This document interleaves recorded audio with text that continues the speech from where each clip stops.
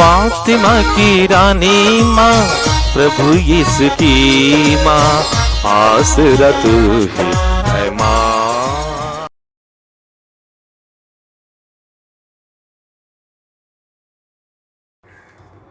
पहला पाठ निर्गमन ग्रंथ अध्याय 23 पद संख्याएं 20 से 23 तक। प्रभु यह कहता है, मैं एक दूत को तुम्हारे आगे आगे भेजता हूँ। वह रास्ते में तुम्हारी रक्षा करेगा और तुम्हें उस स्थान ले जाएगा जिसे मैंने निश्चित किया है। उसका सम्मान करो और उसकी बातें सुनो। उसके विरुद्ध विद्रोह मत करो। वह तुम्हारा अपराध नहीं क्षमा करेगा, क्योंकि उसे मेरी ओर से अधिकार मिला है। यदि तुम उसकी बातें मानोगे और मैं जो कुछ कहूँगा वह सब पूरा करोगे, तो मैं तुम्हारे शत्रुओं का शत्रु और तुम्हारे विरोधियों का विरोधी बनूंगा। मेरा दूत तुम्हारे आगे आगे चलेगा और तुम्हें अमोरियों, हित्तियों, पेरिजियों, कनानियों, हवियों तथा युबूसियों के देश पहुंचा देगा और मैं इनका सर्वनाश करूंगा। यह प्रभु की वाणी है। ईश्वर को धन्यवाद। भजन अनुवाक्य। उसने तुम्हारे विषय में अपने दूतों को आदेश दिया है कि तुम जहाँ कहीं भी जाओ वे तुम्हारी रक्षा करें। अनुवाक्य। उसने तुम्हारे विषय में अपने दूतों को आदेश दिया है कि तुम जहाँ कहीं भी जाओ वे तुम्हारी रक्षा करें। तुम जो सर्वोच्च के आश्रय में रहते और सर्वशक्तिमान की छत्र छाया में सुरक्षित हो, तुम प्रभु से यह कहो, तू ही मेरी शरण है और मेरा गढ़, तू ही मेरा ईश्वर है, तुझ पर ही मैं भरोसा रखता हूँ। अनुवाक्य। उसने तुम्हारे विषय में अपने दूतों को आदेश दिया है कि तुम जहाँ कहीं भी जाओ वे तुम्हारी रक्षा करें। उसने तुम्हारे विषय में अपने दूतों को आदेश दिया है कि तुम जहाँ कहीं भी जाओ वे तुम्हारी रक्षा करें। वह तुम्हें बहेलिए के फंदे से छुड़ाएगा जो तुम्हारा सर्वनाश चाहता है। वह तुम्हें अपने पंखों से छिपाएगा और तुम्हें उसके पैरों के नीचे शरण स्थान मिलेगा। अनुवाक्य। उसने तुम्हारे विषय में अपने दूतों को आदेश दिया है कि तुम जहाँ कहीं भी जाओ वे तुम्हारी रक्षा करें। उसने तुम्हारे विषय में अपने दूतों को आदेश दिया है कि तुम जहाँ कहीं भी जाओ वे तुम्हारी रक्षा करें। तुम्हें ना तो रात्रि के आतंक से भय होगा और ना दिन में चलने वाले बाण से, ना अंधकार में फैलने वाली महामारी से और ना दोपहर को उजड़ने वाली विपत्ति से। अनुवाक्य। उसने तुम्हारे विषय में अपने दूतों को आदेश दिया है कि तुम जहाँ कहीं भी जाओ वे तुम्हारी रक्षा करें। उसने तुम्हारे विषय में अपने दूतों को आदेश दिया है कि तुम जहाँ कहीं भी जाओ वे तुम्हारी रक्षा करें। न तो विपत्ति तुम पर आएगी और न महामारी तुम्हारे घर के निकट आ पाएगी, क्योंकि उसने तुम्हारे विषय में अपने दूतों को यह आदेश दिया है कि तुम जहाँ कहीं भी जाओ वे तुम्हारी रक्षा करें। अनुवाक्य। उसने तुम्हारे विषय में अपने दूतों को आदेश दिया है कि तुम भी जहाँ कहीं भी जाओ वे तुम्हारी रक्षा करें। उसने तुम्हारे विषय में अपने दूतों को आदेश दिया है कि तुम जहाँ कहीं भी जाओ वे तुम्हारी रक्षा करें। जय घोष। Alleluia, alleluia. प्रभु की इच्छा पर चलने वाले उसके समस्त सेवकों, प्रभु को धन्य कहो। अलेलुया। प्रभु आप लोगों के साथ हो और आपकी आत्मा के साथ। सदमती के अनुसार पवित्र सुसमाचार। हे प्रभु तेरी महिमा हो। अध्याय 18 पद संख्या 1 से 5 तक और फिर पद संख्या 10। शिष्य यीशु के पास आकर पूछने लगे, स्वर्ग के राज्य में सबसे बड़ा कौन है?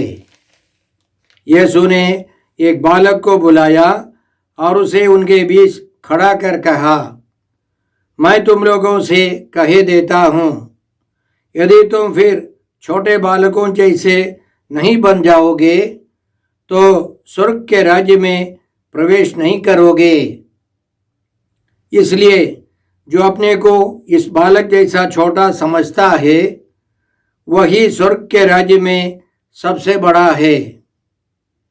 और जो मेरे नाम पर ऐसे बालक का स्वागत करता है वह मेरा स्वागत करता है। सावधान रहो, इन नन्हों में से एक को भी तुच्छ न समझो। मैं तुमसे कहता हूँ, उनके दूत स्वर्ग में निरंतर मेरे स्वर्गीय पिता के दर्शन करते हैं। प्रभु का सुसमाचार। हे क्रिस्त तेरी स्तुति जय हो। यीशु क्रिस्त में प्रिय भाई और बहनों, आज 2 अक्टूबर को हम लोग रखवाल दूत का पर्व मनाते हैं। कलीसिया हमें सिखाती है कि हर एक व्यक्ति के साथ एक रखवाल दूत है। 29 सितंबर को हम लोगों ने 3 महादूतों का पर्व मनाया, मिखाएल, गब्रिएल और राफाएल। वे महादूत है और हर एक महादूत का अपना अपना कर्तव्य होता है, कार्यक्रम होता है। आज हम लोग अपने रखवाल दूत के लिए ईश्वर को धन्यवाद देते हैं। हम उनके साथ गहरा रिश्ता रखें क्योंकि वे हमारी रक्षा करने वाले हैं। इसलिए कलीसिया हमें निर्गमन ग्रंथ अध्याय 23 पद संख्या 20 से 23 तक के वचन देती है। इसमें हम लोगों ने इस प्रकार सुना, प्रभु यह कहता है, मैं एक दूत को तुम्हारे आगे आगे भेजता हूँ, वह रास्ते में तुम्हारी रक्षा करेगा और तुम्हें उस स्थान ले जाएगा जिसे मैंने निश्चित किया है। हम अपनी माता के गर्भ में जन्म लेते ही ईश्वर हमारे साथ एक स्वर्गदूत को देता है।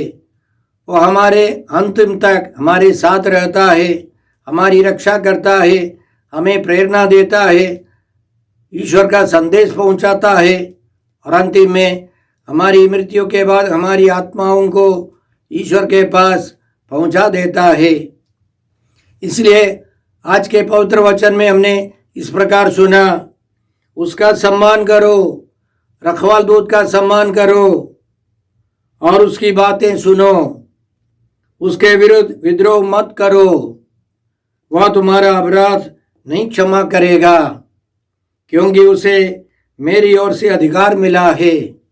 वो शक्तिशाली है, वह प्रेरणा देता है, उसका सम्मान करना है, उसका आदर करना हमारा कर्तव्य है, उससे गहरा रिश्ता रखना है। वो हमसे बातें करता रहता है, हमें उस पर ध्यान देना है।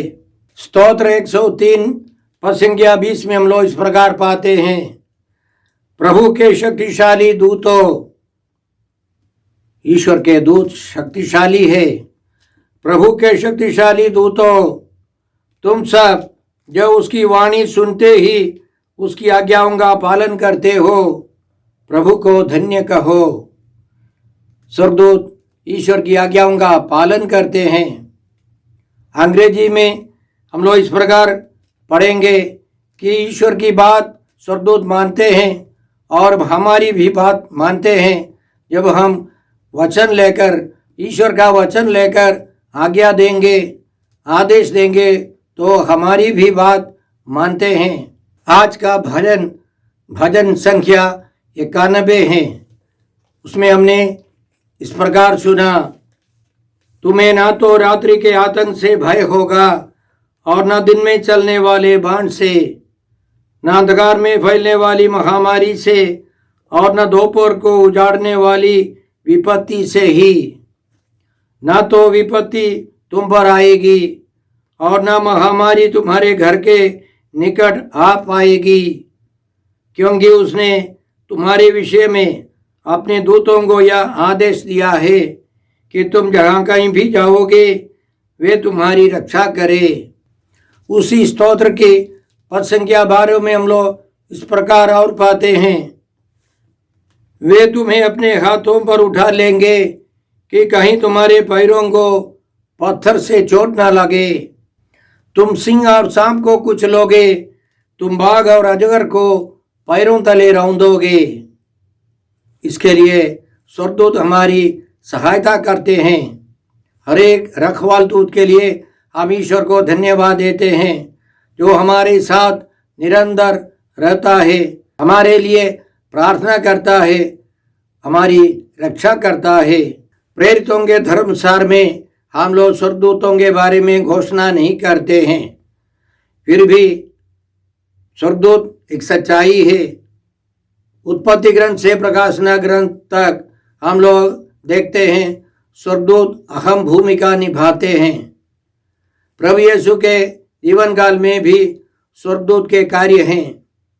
जब प्रभु यीशु बारी में प्राण पीड़ा सह रहे थे तो एक स्वर्गदूत स्वर्ग से आया और उसने यीशु को हिम्मत बंधाया, शक्ति दी। इसके बारे में संत लूकस अपने सुसमाचार अध्याय 22 पद संख्या 43 में इसी तरह लिखते हैं, तब उन्हें प्रभु यीशु को स्वर्ग का एक दूत दिखाई पड़ा जिसने उनको ढारस बंधाया। अंग्रेजी में लिखा है, जिसने यीशु को शक्ति दी, ताकत दी। प्रेरित चरित्र अध्याय 12 में हम लोग इस प्रकार पढ़ते हैं कि पेतरुस जेल में थे। 4 पहरेदारों के बीच में पेतरुस सो रहे थे। प्रभु का दूत अचानक उसके पास आकर खड़ा हो गया और कोठरी में ज्योति चमक उठी। उसने पेतरुस की बगल थपथपाकर उसे जगाया और कहा, जल्दी उठिए। इस पर पेतरुस की हथकड़ियां गिर पड़ी। तब दूत ने उससे कहा, कमर बांधिए और चप्पल पहन लीजिए। उसने यही किया।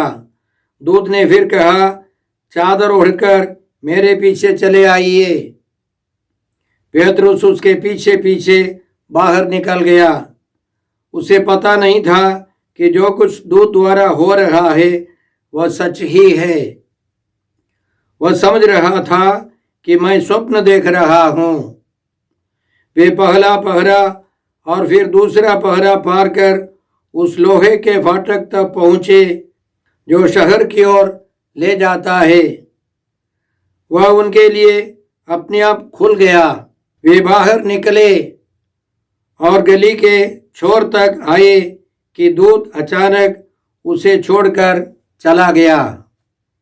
तो रास्ता दिखाने वाला, रक्षा करने वाला एक स्वर्गदूत है। आदिम कलीसिया के महागुरुओं ने भी यही हमें सिखाया कि ईश्वर हमारे साथ, एक एक व्यक्ति के साथ एक स्वर्गदूत भेजता है, हमारे जन्म से लेकर मरने तक। और हमारे गुरु लोग हमको समझाते हैं कि स्वर्गदूतों की अहम भूमिका है, वे भिन्न भिन्न कार्य करते हैं।